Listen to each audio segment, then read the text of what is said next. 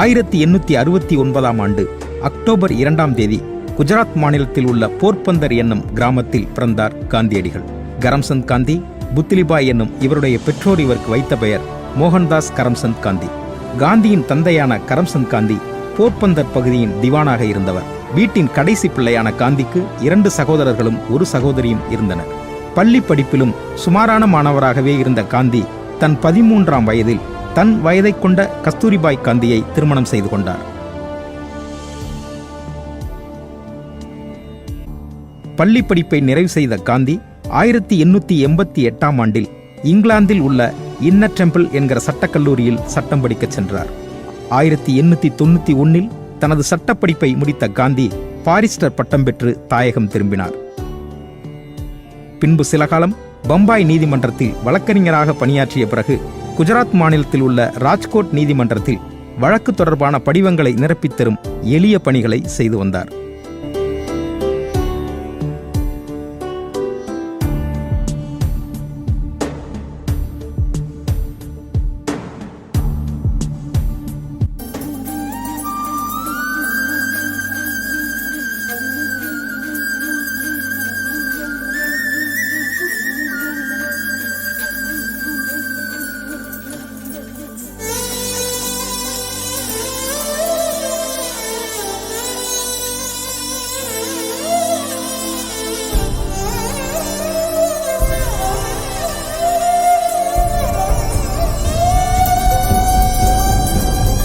Transvaal நாடாளுமன்றத்தில் ஆசிரியர்களுக்கான தனிச்சட்டம் கொண்டு வரப்பட்ட போது அதை எதிர்த்து ஒரு மிகப்பெரிய அகிம்சை போராட்டத்தை தொடங்கினார். பின்னாளில் அதுவே சத்தியாகிரக போராட்டம் என அழைக்கப்பட்டது.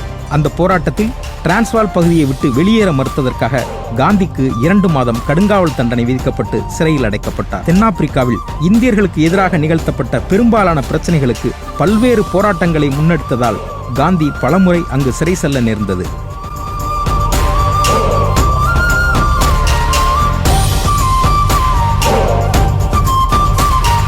1915ஆம் ஆண்டு ஜனவரி மாதம் காந்தி தென்னாப்பிரிக்காவில் இருந்து மீண்டும் இந்தியாவிற்கு திரும்பினார்.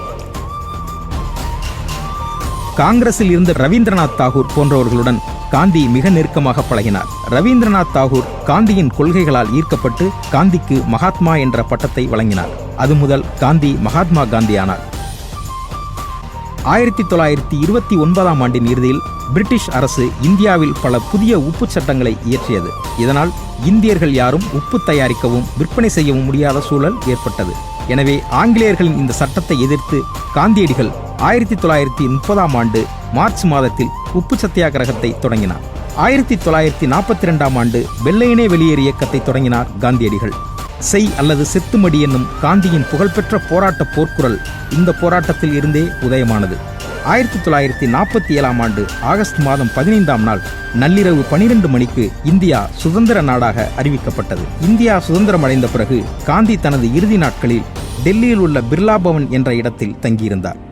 1948ஆம் ஆண்டு ஜனவரி 30ஆம் நாள் மாலை 5 மணி அளவில் தான் தங்கியிருந்த பிர்லா பவனிலிருந்து அந்த வீட்டின் தோட்டத்தில் அமைந்திருக்கும் பிர்லா மந்திருக்கு சென்று கொண்டிருக்கும் போது காக்கி உடையணிந்த ஒருவர் அங்கு கூடியிருந்த கூட்டத்தில் இருந்து திடீரென வெளிப்பட்டு காந்தியை மார்பு மற்றும் வயிற்று பகுதிகளில் 3 முறை சுட்டார்.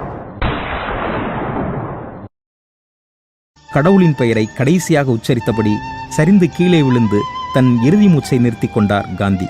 காந்தியின் இந்த படுகொலை வழக்கில் 8 பேர் மீது கொலை வழக்கு பதியப்பட்டு விசாரணை மேற்கொள்ளப்பட்டது. இந்த வழக்கின் இறுதி தீர்ப்பில் நாதராம் விநாயக் கோட்சே, நாராயணன் ஆப்தே ஆகிய இருவருக்கும் மரண தண்டனை வழங்கப்பட்டது.